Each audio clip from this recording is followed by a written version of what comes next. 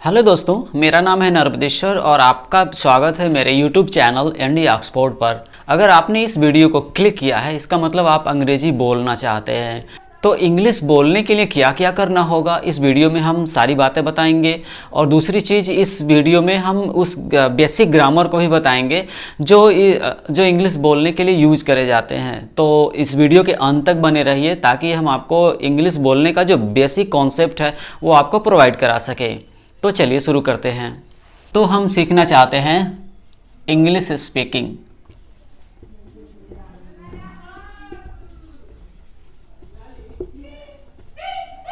ये एक लैंग्वेज है। जैसे हम हिंदी में बात करते हैं, संस्कृत में बात करते हैं, तेलुगु, मलयालम, जिस भी भाषा में बात करते हैं, उसी तरह से ये इंग्लिश है। और इंग्लिश में जब भी हम बात करते हैं तो उसको बोलते हैं इंग्लिश स्पीकिंग। तो हमारा जो फर्स्ट लैंग्वेज हिंदी है, हम हिंदी में बचपन से ही बात करते आते हैं। बाद में हम चल के बड़े होकर के हम सीखते हैं इंग्लिश स्पीकिंग। किसी भी लैंग्वेज का जो पहला चीज़ होता है वो अल्फ़ाबेट होता है।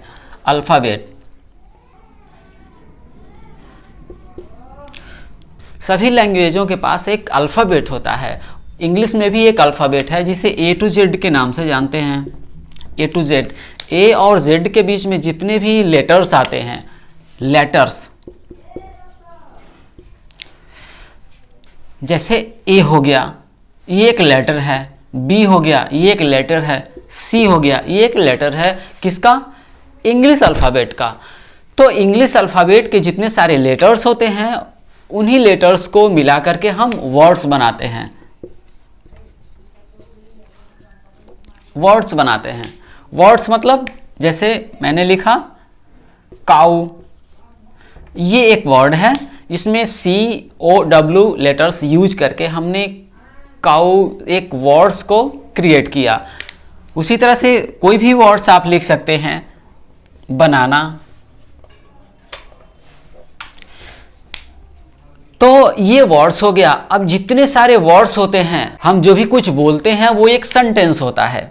जो भी कुछ हम बोलते हैं वो एक सेंटेंस में बोलते हैं, यानी एक मीनिंगफुल सेंटेंस का मतलब हो गया वर्ड्स का ऐसा ग्रुप जिसका कुछ मीनिंग निकले, जिसका कुछ अर्थ निकले, वो सेंटेंस होता है।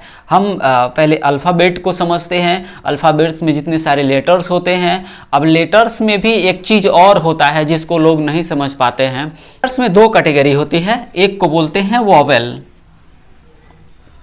जिसमें 5 अक्षर होते हैं। A, E, I, O, U। ये जो पांचों अक्षर होते हैं A, E, I, O, U, इसे हम वॉवेल के नाम से जानते हैं। वॉवेल जो वही अक्षर होते हैं जो हिंदी में स्वर, जितने भी स्वर होते हैं, वॉवेल को स्वर बोलते हैं हिंदी में। जैसे हम हिंदी वर्णमाला में अ, आ, इ, ई समझते हैं, उसी तरह से इंग्लिश अल्फ़ाबेट में ये A, E, I, O, U एक वॉवेल, एक स्वर के लिए यूज करे जाते हैं। दूसरा होता है कॉन्सोनेंट। अब इसमें इन पांचों को छोड़ के जितने भी अक्षर बचते हैं, B से Z, यानी पांचों को छोड़ना, वॉवेल को बाद जितने भी अक्षर बचते हैं अल्फ़ाबेट में इंग्लिश के, उसको हम कॉन्सोनेंट बोलते हैं। ये चीज़ें, ये बेसिक चीज़ें हैं, शायद आपको पता होगी, फिर भी मैं रिपीट कर दे रहा हूँ। अगर आप यदि हम स्पीकिंग सीखना चाहते हैं तो हमको जीरो से ही सीखना पड़ेगा। जीरो मतलब कि हम एक बेसिक जो होता है, किसी भी लैंग्वेज का जो बेसिक कॉन्सेप्ट होता है, उसको जानना बेहद ज़रूरी होता है। तो बेसिक कॉन्सेप्ट भी समझना है, समझते चलना है। अगर जानते हैं तो अच्छा है। लेटर्स, अब इन लेटर्स को मिला करके वर्ड्स बनता है और वर्ड से सेंटेंस बनता है, जो चीज़ मैंने अभी आपको बताया है। अब सेंटेंस के बाद एक स्पीच होता है।